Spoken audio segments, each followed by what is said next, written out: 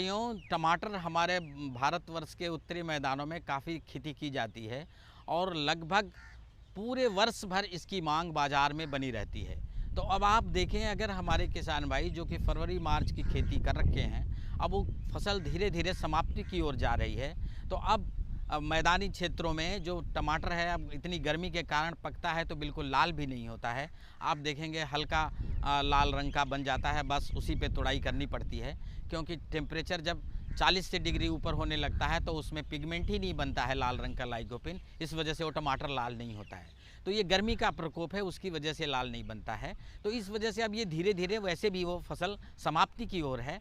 तो अब हमारे किसान भाई ये देखें, अब अगली फसल की तैयारी उनको करने का समय आ रहा है कि अब नेक्स्ट टमाटर की जो खेती उनको करनी है, तो उसके लिए आपको अभी से तैयारी सोचनी है। हमें कौन सी वैरायटी लगानी है, किस किस्म का चुनाव करना है और किस तरह से उसके नर्सरी की तैयारी करनी है। तो इस बातों का ध्यान रखना ज़रूरी है। और अगर आप अभी से चुनाव करके उन किस्मों का चयन करके अपने पास उसके बीज उपलब्धता कर लेंगे, तभी तो आप नर्सरी बनाएंगे, फिर आपकी फसल अच्छी होगी।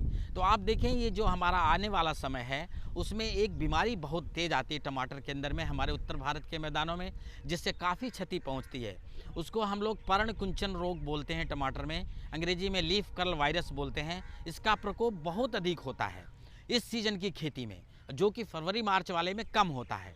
तो और या तो फिर जो आपका समय है, आप अक्टूबर में जो बुआई करते हैं उसमें थोड़ा सा कम हो जाता है, लेकिन ये जून जुलाई वाला मौसम, जुलाई अगस्त में जो ट्रांसप्लांटिंग या रोपाई आप करते हैं, इसमें अधिक से अधिक आपका ये पर्णकुंचन रोग आने की संभावना होती है। तो आपको इस समय ये ध्यान रखना है कि जो किस्म का चुनाव आप करेंगे, वैसे तो टमाटर की खेती में बहुत सारी किस्मों का आपके लिए उपलब्ध हैं, लेकिन आपको ये विशेष ध्यान इसीलिए मैं आगाह कर रहा हूँ कि जो पर्णकुंचन रोग से रोधी किस्में हैं उनका ही आप चुनाव करें, तो इस सीज़न के लिए बहुत अच्छा होगा।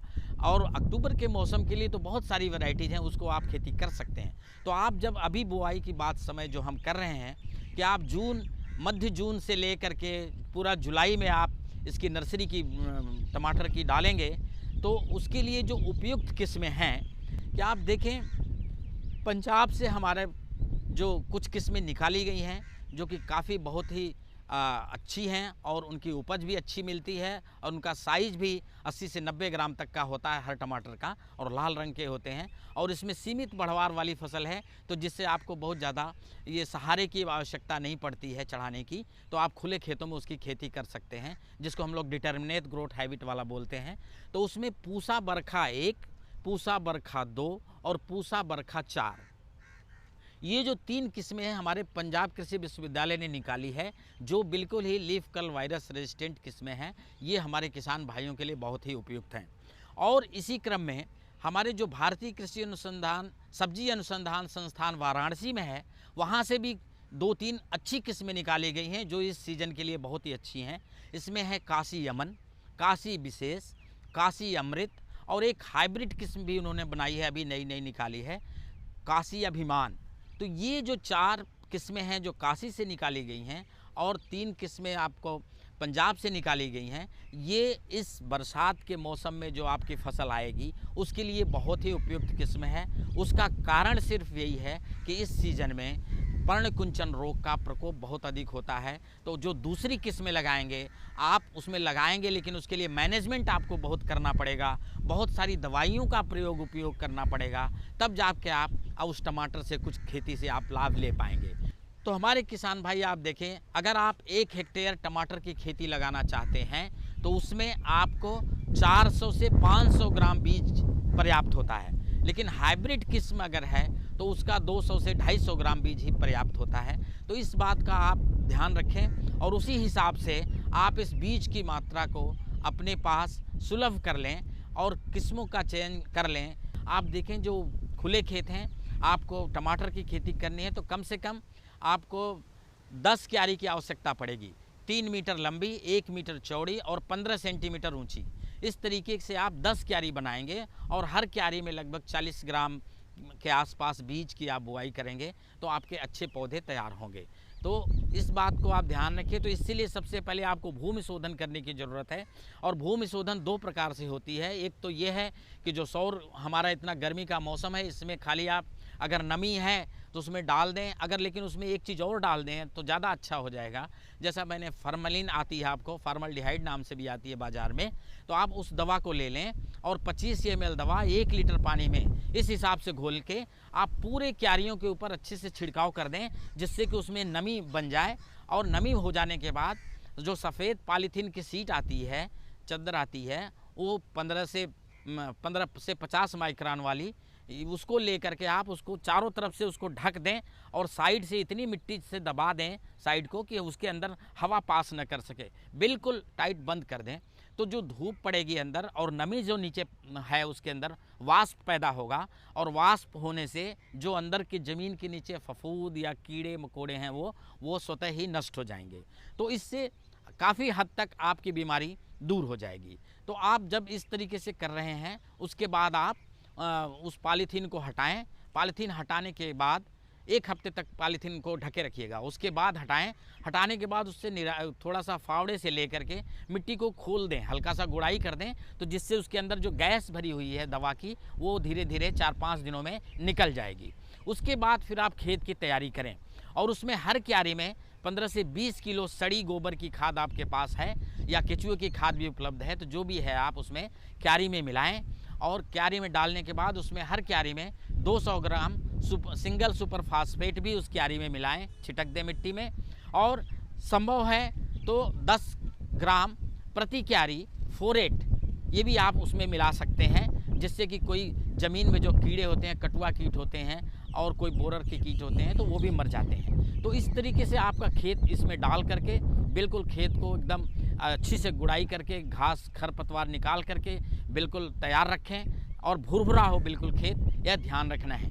तो जब खेत बिल्कुल आपका तैयार हो गया और बीज शोधन, अगर आपने बाज़ार से बीज खरीदी है तो शोधित करके ही बीज आती है। अगर आपको शुद्ध बीज मिल रहा है बिना शोधित के, जिसका कि हल्के पीले कलर का बीज आपको दिखाई दे रहा है, जो लगता है कि ये बिना ट्रीटेड है, तो आप चाहें तो उसमें कैप्टान 2 से 3 ग्राम 1 किलो बीज, जैसे आपने आधा किलो के आसपास ली है तो 1 चुटकी दवा सिंपल 1 से 2 ग्राम उसमें मिला करके बिल्कुल ऐसे ऐसे मिक्स करने के बाद तो वो बीज शोधन हो जाएगा उससे। फिर आप 5 सेंटीमीटर की कतारों में लाइनें निकालें हर क्यारी में और गहराई रखें 1.5 से 2 सेंटीमीटर की। तो उसमें फिर इस बीज को बुआई करें।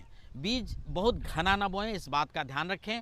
और जब बुआई कर लेते हैं आप तो उसके ऊपर फिर सड़ी हुई गोबर की खाद का जो मिक्सचर है उसके ऊपर से ऐसे फैला करके उसको बराबर समतल कर दें, बिल्कुल समतल रखें ऊपर, जिससे पानी दें तो ऊंचा नीचा ना हो, कहीं पानी ज़्यादा ना हो। और बुआई करने के बाद सूखी हुई घास अगर आपके पास है या पराली है तो उसके ऊपर फैला दें अच्छे से। ये 2 काम करती है, नीचे नमी को संरक्षण रखती है और ऊपर से तेज़ वर्षा वगैरह हो गई तो वो अधिक पानी से बीज इधर उधर न बह जाएं, उसको भी बचाती है। तो इस चीज़ों का ध्यान रखेंगे तो आपका बहुत ही अच्छा बीज का जमाव होगा। एक बात और ध्यान रखें, गर्मी का दिन है, हो सके तो सुबह या सायं ही पानी दें, दिन में और पानी ना दें। कभी कभी क्या होता है हमारे किसान भाई कि अगर आपने सब कुछ सुरक्षात्मक ढंग भी अपनाया हुआ है और लेकिन फिर भी मौसम के ऊपर आपका कंट्रोल नहीं है, तो हमारे नर्सरी के अंदर कमर तोड़ वाली बीमारी जो डैम्पिंग ऑफ हम कहते हैं, तो वो आर्द्र गलन भी बोलते हैं, तो इस तरीके की बीमारी जो आ जाती है, इससे पौधे जमाव के बाद नीचे गिरने लगते हैं, उनकी कमर टूट जाती है, बहुत पतली होती है। तो उसके लिए आप जब आप सिंचाई करते हैं, सुबह या शाम करना है खाली सिंचाई, तो उस पानी में 20 ग्राम डाइथेनियम 45 10 लीटर में पानी के हिसाब से घोल बना करके आप उसको जब सिंचाई करते हैं उसी में छिड़काव किया करें। कभी कभी क्या होता है कि अगर आप जो आपने सड़ी हुई गोबर की खाद डाली हुई है, अगर उसमें नाइट्रोजन की मात्रा कम लगती है और नर्सरी के पौधे हमारे जो पीले दिखाई देने लगते हैं, तो उसमें आप 0.3% यूरिया का घोल छिड़काव कर सकते हैं। जैसे कि 3 ग्राम यूरिया 1 लीटर पानी में घोल बना करके एक हल्की सी छिड़काव कर दें, तो जो पौधे हैं, जो हमारी नर्सरी की पौधे, उनकी रंगत पीले से उठ के हरे रंग की हो जाएगी और फिर पौधों की बढ़वार बढ़ जाएगी। तो ये आपके काफ़ी अनुभव पे निर्भर करता है, आप उसको देख करके समझ करके तब इन चीज़ों का इस्तेमाल करें। बहुत ज़्यादा डाइथेन भी नहीं डालें, अगर ज़रूरत है तभी डालें, नहीं तो सिर्फ आप पानी दें। और इस तरीके से आपका कम से कम 30 दिन की पौध 15 सेंटीमीटर के आसपास पौध हो जाती है जब, तो वो बिल्कुल रोपाई के लिए तैयार होती है।